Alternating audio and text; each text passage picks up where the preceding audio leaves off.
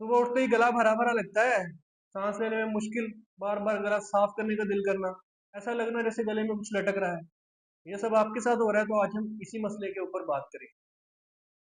अस्सलाम वालेकुम, मेरा नाम डॉक्टर फैजान अहमद है और आज हम जिस टॉपिक पर बात करने लगे उस टॉपिक को आम जुबान में हम कहते हैं जी कीड़ा गिरना, पोस्ट नेजल ड्रिप। तो पोस्ट नेजल ड्रिप से बहुत से लोग हमारे यहाँ के शिकार हैं और मोस्टली लोगों को, ज्यादातर लोगों को समझ नहीं आती कि उनके साथ चल क्या रहा है।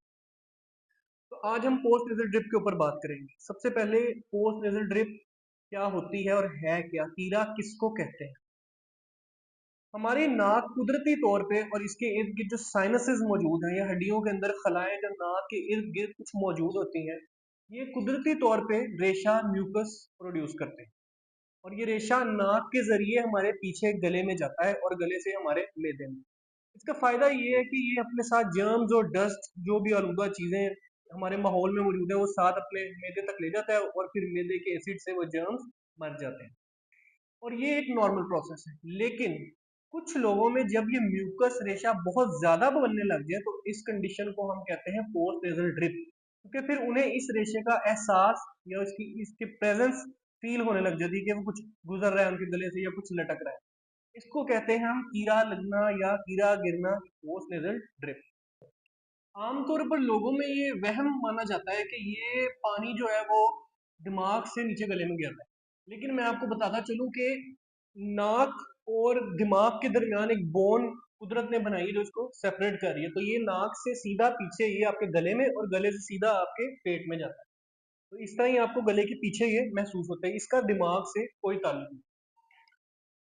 तो अगर इसके बारे में मजीद बात करें तो इसकी क्या क्या वजूहात हो सकती हैं। सबसे पहले इसकी सबसे एक अहम वजह जिसको हम कहते हैं एलर्जिक राइनाइटिस, एलर्जी। ये एक बहुत अलग और बड़ा टॉपिक है जिसको मैं अपनी अगली वीडियो में इंशाल्लाह जरूर एक्सप्लेन करूंगा और समझाऊंगा। लेकिन एलर्जिक राइनाइटिस अब के लिए इतना आपके लिए जानना जरूरी है कि एक ऐसी कंडीशन है जिसमें हमारी बॉडी एक नॉर्मल चीज जिससे आम बंदा रिस्पॉन्स नहीं देता उन चीजों को रिस्पॉन्स देने लग जाती है और एक एक रिएक्शन शो करती है जिसमें बहुत ज्यादा म्यूकस रेशा बन सकता है। इसके अलावा बार बार खांसी आ सकती है, गला खराब हो सकता है, ये सब चीजें इसमें आती हैं। तो एक सबसे इंपॉर्टेंट कॉज इस पोस्ट नेजल ड्रिप की है एलर्जिक राइनाइटिस। फिर दूसरे नंबर पे एक मसला आता है जिसको हम कहते हैं साइनोसाइटिस, यानी जो हमारे नाक के इर्द गिर्द हड्डियों में जो खला मौजूद है उन उन उस खला की इंफेक्शन या उनकी इन्फ्लेमेशन, साइनोसाइटिस जिसको बोलते हैं। इस कंडीशन में भी ज्यादा म्यूकस प्रोड्यूस होता है और गले में पीछे ज्यादा से ज्यादा गिरता है और हमें ऐसा एहसास आता है जैसे कुछ लटका हुआ या कीड़ा गिर रहा है। फिर इसके अलावा जो लोग स्मोकिंग करते हैं, स्मोकिंग सिगरेट स्मोकिंग से इरिटेशन होती है, उस वजह से भी म्यूकस ज्यादा बन सकता है।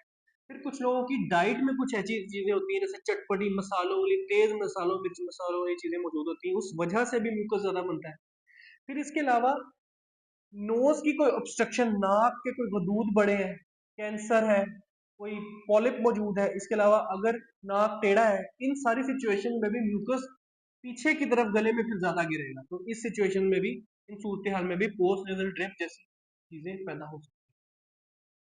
इसके अलावा एक वजह है जी मैदे की तेजाबियत, एसिडिटी, उस वजह से भी ये हो सकता है।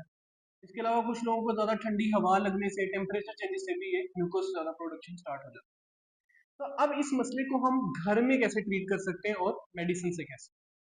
घर में आप क्या कर सकते हैं, नीम गर्म पानी में नमक डाल के उसके गरारे कर सकते हैं, उससे भी म्यूकस डिजोल्व होगा और निकलेगा। 3 भाप ले सकते हैं, उससे भी यही होगा कि म्यूकस थिन पतला हो जाएगा और निकलेगा। इसके अलावा एप्पल साइडर विनेगर, ये आप पानी में डाल के इस्तेमाल कर सकते हैं 1 चम्मच, ये अल्कलाइन होता है और ये इन्फेक्शन को रोकता है। इसके अलावा हल्दी वाला दूध, वो भी इम्यूनिटी में भी बहुत ज़्यादा मुफीद है, इसके अलावा हीलिंग प्रोसेस को भी बढ़ाता है। इसके अलावा ज़्यादा पानी पीना, hydration, good hydration is very important. जितना ज़्यादा आप पानी पिएंगे उतना ज़्यादा म्यूकस थिन होगा और उतना ज़्यादा आसानी से वो रिलीज होगा। इसके अलावा जो चीज़ें हम कर सकते हैं वो है कि सोने का अंदाज बदलें। जैसे अपने गर्दन के पीछे आप 2 तकिए रखकर सो सकते हैं ताकि आपकी सर थोड़ा ऊपर रहे और म्यूकस पीछे गले में कम गिरे। ये थे इसके घरेलू इलाज। इसके अलावा अगर किसी शख्स को इन सब से आराम ना आ रहा हो तो इसके अलावा मेडिकल ट्रीटमेंट में हम लोग इसमें बहुत सी डिफरेंट मेडिसिन दे सकते हैं। जैसे कुछ कतरे मिलते हैं, उसको डालने से हमारा म्यूकस जो है वो और पतला हो जाता है और आराम से फिर निकल जाता है।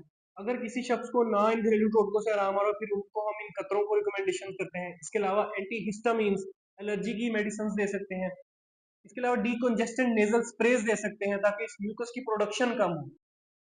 तो ये सब उन कंडीशंस में हमने देना है जब हमें ट्रिगर यानी कि द कॉज, जो वजह है असल इस मसले की पोस्ट नेजल ड्रिप कीड़ा की, वो ना मालूम हो रही है। अगर हमें उसकी कॉज मालूम हो जाए तो सबसे पहले हमें उस कॉज से मरीज को दूर करना है। जैसे अगर किसी की कॉज है एलर्जी, किसी साबुन की खुशबू से एलर्जी, किसी जानवर की फर से एलर्जी, तो हमें उसे उस चीज से दूर करना है। इसके अलावा अगर कोई वजह स्मोकिंग है तो हमें स्मोकिंग से दूर करना है। तो अगर किसी शख्स में कॉज नहीं मिल रही उस, तो इस सूरत हाल में हमने उसको मेडिकल ट्रीटमेंट की तरफ लेकर जाना है ताकि उसके सिम्टम्स, जो उसकी अलामत हैं, वो कंट्रोल रहे और वो अपनी जिंदगी सुकून से जी सके। अगर वीडियो पसंद आई है और आपको पोस्ट नेजल ड्रिप के बारे में, कीड़ा के बारे में हर चीज क्लियर हो चुकी है और समझ आ चुकी है कि इसकी क्या वजूहत है और क्या इसका इलाज है, तो इस वीडियो को लाइक, कमेंट और सब्सक्राइब जरूर करें ताकि मैं इस तरह की मजीद वीडियो आपके लिए बनाता हूँ। शुक्रिया।